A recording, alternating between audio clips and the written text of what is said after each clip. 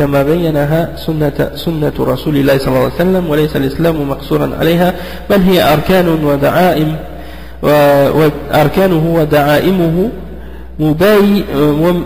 ومبانيه لكن كل ما أمر الله سبحانه وتعالى بفعله ففعله هو الإسلام وكل ما أمر الله سبحانه وتعالى بتركه فاجتنابه وتركه هو l'islam.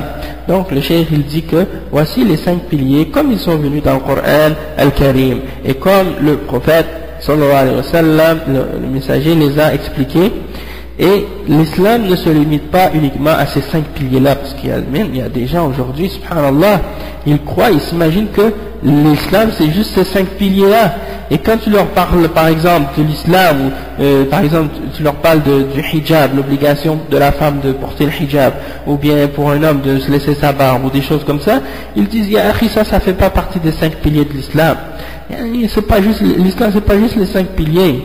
Les 5 piliers c'est la base, mais il y a beaucoup d'autres règles et beaucoup d'autres principes qui font également partie de l'islam, et il faut garder l'islam en entier.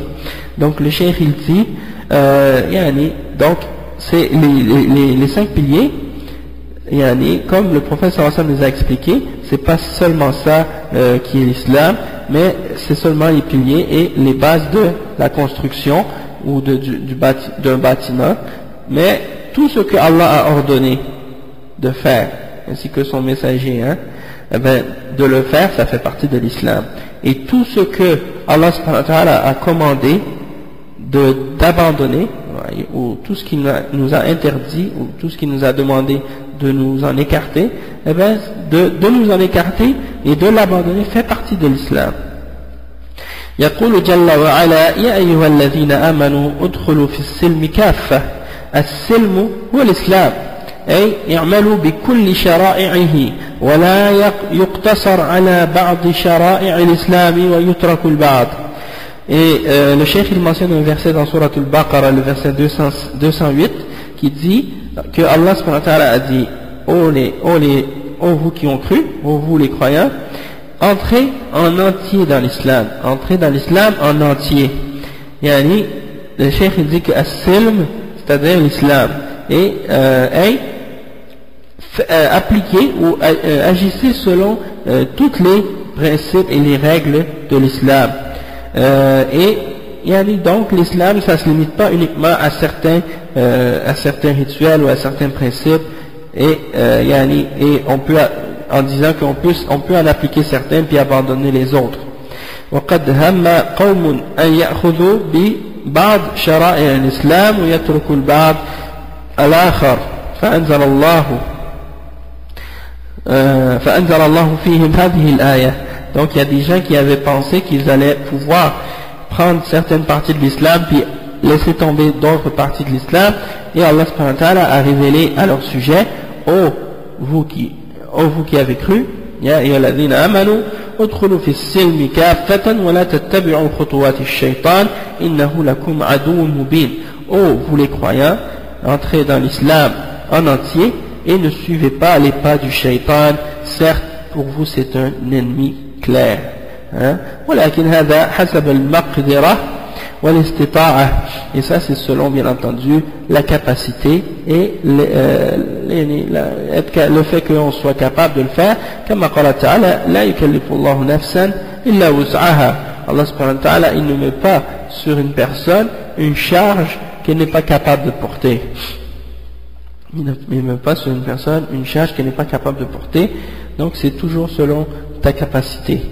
Et au sujet de ce point-là, il y en a des gens qui veulent juste prendre une partie de l'islam, qu'est-ce qui leur fait plaisir, ou qu'est-ce qui est en accord avec leurs désirs et leurs passions, et puis qui abandonnent le reste. Et ça c'est incorrect. Et Allah il a menacé les gens qui ont fait ça. Il dit dans une ayah فَتُؤْمِنُونَ بِبَعْضِ الْكِتَابِ وَتَكْفُرُونَ بِبَعْضِ.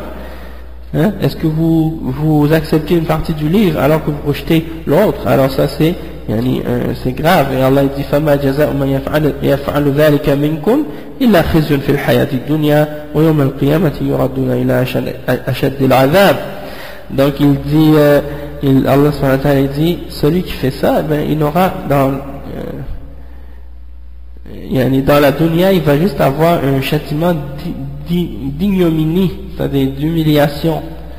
Et dans l'au-delà, il aura un plus dur châtiment encore. Donc il ne faut pas prendre juste ce qu'on aime puis laisser le reste. Et puis le cheikh il dit pour terminer ce point, il dit هناك أمور لا بد منها وهي الأركان وهناك أمور مكملة لها تكميلا واجبا وتكميلا مستحبا والتكميل الواجب من تركه يأثم والتكميل المستحب من تركه يأثم ولكن في ترك التكميل الواجب والمستحب نقص في الإسلام بحسب ما ترك من الطاعات وما يرتكب من المحرمات والمكروهات فينقص إسلامه بذلك وكلما أكثر من الطاعات وتجنب من المحرمات كمل إسلامه. Donc le cheikh il dit il y a des choses qui sont nécessaires et ce sont les piliers de l'islam et il y a d'autres choses qui sont qui viennent compléter et parfaire ces piliers-là, qui sont soit obligatoires, qui sont des compléments obligatoires ou des compléments recommandés. Donc le cheikh il dit, en ce qui concerne les compléments obligatoires, celui qui les abandonne, il fait un péché. En ce qui concerne les compléments qui sont recommandés, celui qui les abandonne, lui, il ne fait pas, c'est pas un péché de l'abandonner. Sauf que c'est sûr que celui qui abandonne les compléments obligatoires et les compléments recommandés, ben ça diminue son islam, ou ça vient comment on peut dire affaiblir ou diminuer son islam. Bihasabi ma tarak, selon ce qu'il a abandonné des obéissances et des obligations, et selon ce qu'il a accompli de péchés et d'interdictions ou de choses qui sont détestables. Donc son islam diminue et son islam est défaillant par rapport à ce qu'il ne fait pas d'obligations ou de choses recommandées, et ce qu'il fait de péchés et de choses interdites ou détestables.